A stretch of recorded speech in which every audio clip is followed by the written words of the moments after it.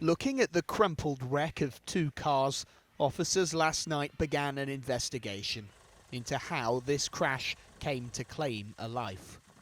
A woman died at the scene on Great Hampton Street in Birmingham. One person has been arrested.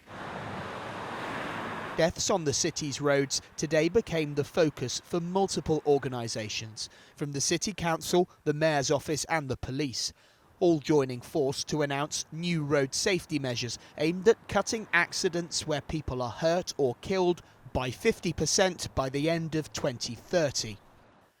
They include consulting on cutting 40-mile-per-hour speed limits down to 30, reprogramming crossings to make them more responsive to pedestrians, more average speed check cameras and heightened police enforcement of the rules of the road. We've noticed a spate, haven't we, of very tragic but actually probably avoidable serious collisions, and that's families that are devastated, that's communities that are devastated, and you know what I'm saying, what our partners are saying is that this can no longer be acceptable. This status quo is not an option, and we have to act now to change that and change the trajectory of it.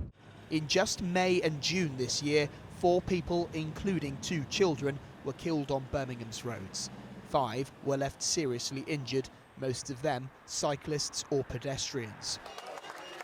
It prompted protests across the city, and campaigners say today's promises, while welcome, are basic. It responds well to our demands that we made earlier in the year, that this is the bare minimum that you would expect from a police force and our agencies. Enforcement is something that's a major issue here. When you look at police operations at the moment, you only have to look at the stats coming out of them to see that this is a widespread problem. And then, as if to prove their point, changing things like crossings here. And it's all about giving people, there you go, antisocial driving. West Midlands Police said ensuring no one is killed or seriously injured on our roads will be challenging, but is something it hopes to assure drivers and pedestrians is possible. Honestly, I just think that drivers need to be more careful of where when they're driving and stuff. Quite a few erratic drivers. I do a lot of deliveries, so I'm out all the time.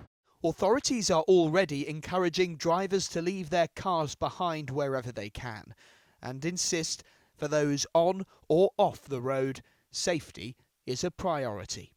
Lewis Warner, ITV News, Birmingham.